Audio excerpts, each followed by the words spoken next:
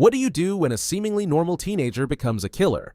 From a 15-year-old boy who methodically murdered his entire family to two brothers plotting a nationwide killing spree, these chilling stories reveal the dark side of youth. These crimes, fueled by rage, delusion, and twisted curiosity, shocked entire communities. Stay tuned as we dive deep into these horrifying true crime cases that you've never heard of. Until now. Number 1. Nehemiah Griego. On January 19, 2013 in Albuquerque, New Mexico, a 15-year-old boy phoned his church and told them that his whole family had been killed in a car crash. But when the police arrived at the Griego house, they discovered something far worse. 5 family members, Greg 51 years old, Sarah 40, Zephaniah 9, JL 5, and Angelina 2 years old, were killed by their son, Nehemiah Griego, with a gunshot. Nehemiah was not a stranger killer or an outsider. He was family. A typical teenager with no history of crime, but he committed one of the most horrific teen mass murders in recent history. The Griegos were devout Christians, with Greg, a former gang member turned pastor,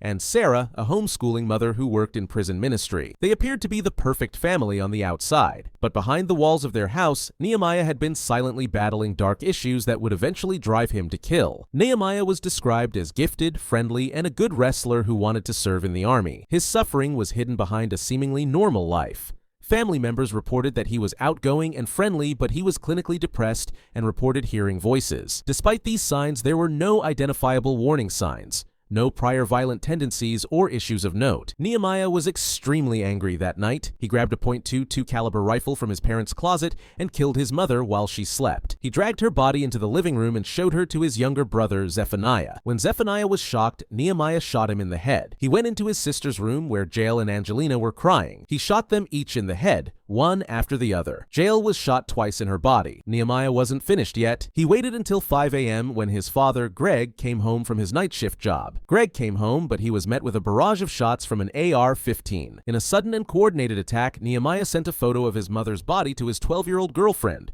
who was later found to be in no way involved. But that was just the beginning. Nehemiah did not surrender himself immediately or flee. He loaded more weapons into the family van and spent time with his girlfriend's family all day. He went to Calvary Church and told people there that his family had died in a car wreck. He did not cry, was soberly subdued, and did not give any indication anything was wrong. When the police finally interviewed him, his confession was chilling. Nehemiah confessed to murdering his family and had other motives. He wished to go to a local Walmart, murder random people, and be killed in a police shootout. He even claimed that he wished to murder his girlfriend's family, but never did. We do not know why he did not do it, but the entire episode was well planned. The investigators were surprised at Nehemiah's behavior. He showed no regret, and his calm demeanor during the entire episode raised more questions. Psychological assessments later showed that Nehemiah was struggling with depression and mental health issues. In 2016, as per a report, he had been hearing voices before the killings. Nehemiah had initially pleaded not guilty because of his insanity claim, but in 2015 he changed his plea to guilty. He pleaded guilty to 2 second-degree murders and 3 child abuse killings. The court proceedings were very complicated. Nehemiah was charged as a young person offender for which he could face adult penalties. In 2016, a judge said he could be sentenced as a juvenile, which meant he could be released at 21. However, in 2019, after a protest by prosecutors, a district court judge ruled that Nehemiah was not a good candidate for juvenile treatment. He was sentenced to 3 life sentences, 30 years each, for killing his siblings and 2 7-year sentences to run at the same time for killing his parents. He could be paroled at 52. In 2022, the New Mexico Supreme Court upheld the sentence. The Griego case shocked the community. Over 2,000 people attended a prayer vigil for the family. A few of Nehemiah's family members defended him, attributing his actions to a breakdown rather than evil. They blamed the media and sheriff for the way they presented his confession, stating that it occurred without an adult or attorney present. Prosecutors, however, pointed to Nehemiah's lack of regret and the way he spoke so carefully about his violent behavior. They pointed to his obsession with violent video games, such as Call of Duty, Modern Warfare, and Grand Theft Auto, which he played despite his father's rules against them. What is unique about this case is how Nehemiah's serious problems were hidden behind a normal appearance. The Griego family was faith-based, but none of them saw the signs of what was happening behind the scenes with Nehemiah. Even though everything appeared to be perfect for him, a loving family, a church community, and a future, he was quietly struggling with his mental health that no one noticed until it was too late. Number 2. Robert and Michael Bever. July 22, 2015, in Broken Arrow, Oklahoma, a peaceful middle-class community was shocked by one of the most chilling family killings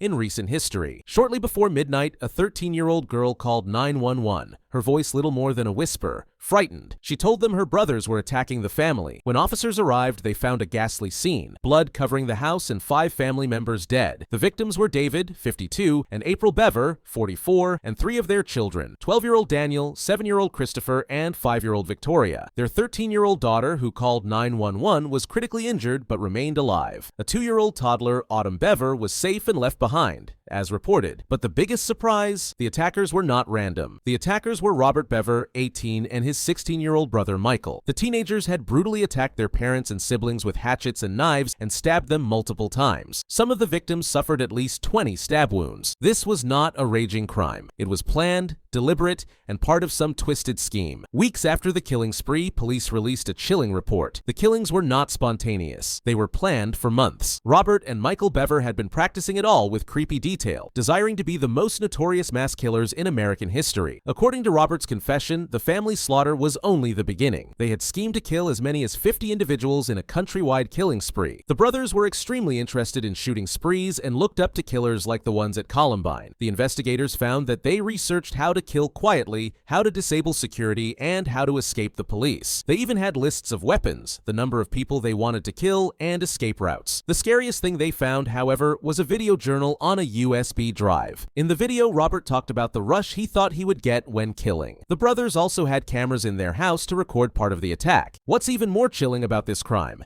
These weren't 2 troubled kids who lost their hold on reality. These were planned, calculated, and wanted to be seen.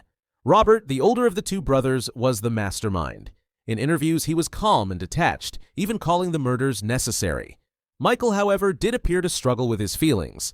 Some think Robert controlled him, while others think he was an equal participant in the murders. Both brothers did go to trial as adults. Robert was charged with 5 counts of first-degree murder and 1 count of assault with intent to kill. The charges against Michael were the same. Robert was not sorry at his trial. He even smiled in court and corrected newspaper accounts of the number of stab wounds. Michael wept in court and indicated that he had had second thoughts after the assault. He was afraid of what Robert would do to him if he did not do it. Robert eventually pleaded guilty to his guilt and received 5 consecutive life terms with no possibility of parole. Michael was given the sentence of life when he went to trial and, due to his age at the time of the crime, may be eligible for parole in 38 years. The killing spree stunned the town of Broken Arrow. Nobody anticipated it. The Bever family was not rowdy, and the neighbors saw no signs of distress. The house where the killings took place was later demolished in 2017, and a memorial garden was erected to honor Daniel, Christopher, Victoria, David, and April. However, despite the memorial, the pain and fear of the tragedy continue to haunt the town. So what drove 2 teenagers who lived in the same house and had the same parents and upbringing to commit such a horrific crime? Some claim it was because the Bever children were alone. They were homeschooled and had infrequent contact with people outside the household. Some claim mental illness or that there was some sort of volatile dynamic between the brothers that led to violent impulses. Rumor exists of potential abuse, but nothing concrete has been established. What's certain is this: the Bever brothers didn't act without thinking. They planned. They schemed. And when the time was right, they assaulted their family with cold precision. Number 3. Alyssa Bustamante. Life in the quiet town of St. Martin's, Missouri was very peaceful in the fall of 2009 until October 21st. On that day, 9-year-old Elizabeth Olton vanished as she walked home from a friend's house. It was a brief walk across the woods, but she never made it home. Her family soon discovered she was gone, and the town began an urgent search for the little girl. They had no idea that the one who made Elizabeth disappear was just down the street from her, a 15-year-old girl by the name of Alyssa Bustamante. Alyssa was just like many other teens in her quiet neighborhood. She lived with her grandmother, went to church regularly, and earned good grades. From the outside, she appeared to be a typical teenager, but inside, Alyssa was facing some serious emotional struggles. Her father was in prison and her mother was dealing with addiction. Alyssa had experienced deep sadness for years, and she had a history of emotional health issues that had not gone unnoticed. Even with her difficult past, no one expected what would come next. In the days before the incident, Alyssa began making unusual preparations. This wasn't a sudden, impulsive act. It was something she had thought about for some time. She spent time in the woods behind her house house, digging shallow holes in the ground, spaces that would later raise serious questions. Then, on one seemingly normal day, Elizabeth, a young girl from her neighborhood, was walking home by herself. Alyssa saw her and brought her into the woods. What happened next would change both of their lives forever. Tragically, Elizabeth lost her life that day. At first, Alyssa didn't admit to what had happened. When the police asked her questions, she denied everything and acted as though she didn't know anything. But as the investigation progressed, the truth began to come out. Eventually, Alyssa led authorities to the place in the woods where Elizabeth had been buried. In her room, investigators also found a journal entry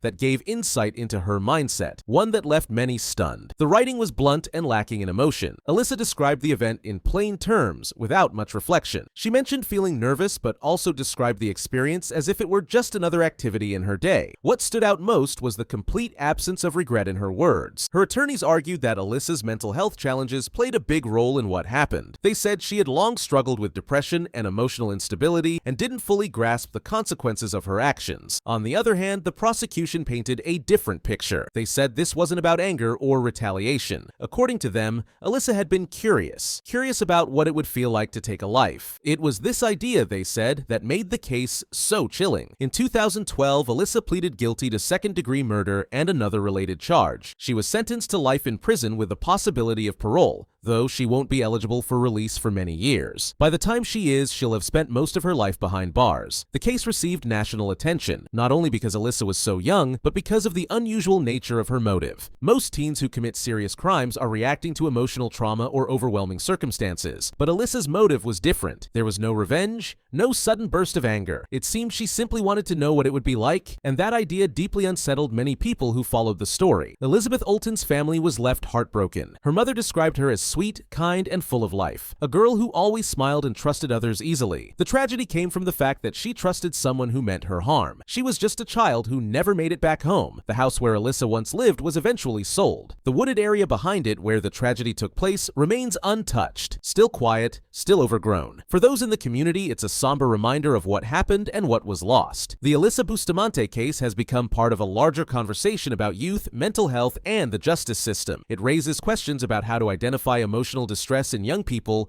before it's too late. Most of all, it's a reminder that behind every headline, there are families, lives, and futures forever changed. The most haunting part? Alyssa didn't act out of rage or desperation. When asked why she had dug 2 graves, she simply replied, "I wanted to know what it felt like to do that. Maybe twice." Number 4.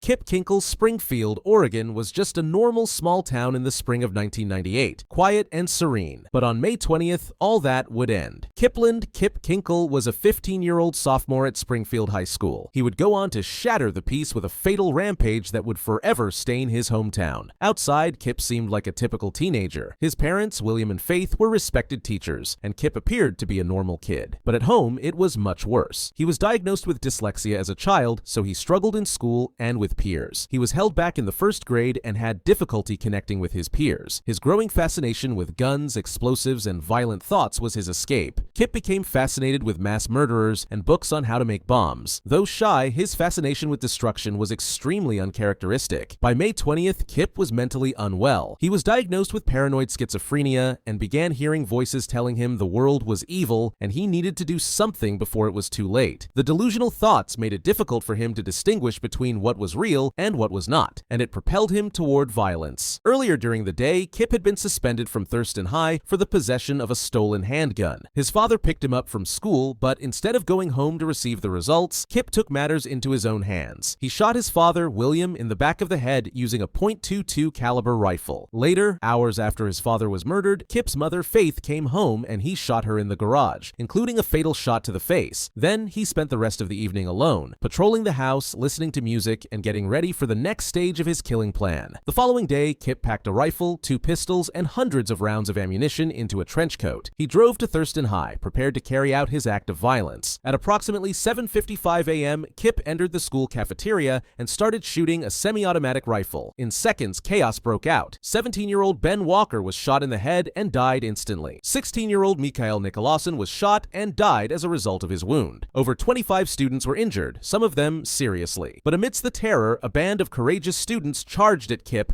and brought him to the ground. They were Jake Riker, who was already struck in the chest but still managed to assist in holding Kip down on the ground. When they held Kip down, he said the words, "Kill me. Just kill me." When the police arrived, they discovered a threatening letter in Kip's coat that he had written. In the letter, Kip explained how much he detested himself, his parents, and the world. He mentioned that he had no hope or future, only the voices in his head that led him to this point. The letter ended with a startling discovery. "I have just killed my parents. I don't know what is happening. I love my mom and dad so much. I just got 2 serious crimes on my record. My parents can't take that." When asked, Kip wept and confessed to having murdered his father and mother because he didn't want to disappoint them. He was perplexed and thought that killing them would let them not be ashamed of what he had done. Kip was charged with 4 counts of aggravated murder and 26 counts of aggravated attempted murder. His lawyers initially thought about entering an insanity plea because he was mentally ill, but Kip ended up pleading guilty to all the charges. In November 1999, he was sentenced to 111 years in prison with no chance of parole. The Thurston High shooting stunned the nation, particularly because it occurred just 1 year before the infamous Columbine massacre. Kip's offense was further shocking because he came from a happy, middle-class family, not a troubled one or one with a checkered past. That left everyone wondering, how could a normal teenager with so many opportunities opt for violence over promise? Kip remained doing well in prison on medication. He truly felt regret over what he had done, understanding he hurt his community and the families of his victims in ways that cannot be made whole. He also discussed how critical mental health treatment and early help are for troubled youth. That's it for today. What do you guys think? Which of these teen killers cases was most shocking to you? Let me know in the comments below. Let's chat. Don't forget to subscribe for more true crime stories. See you next time.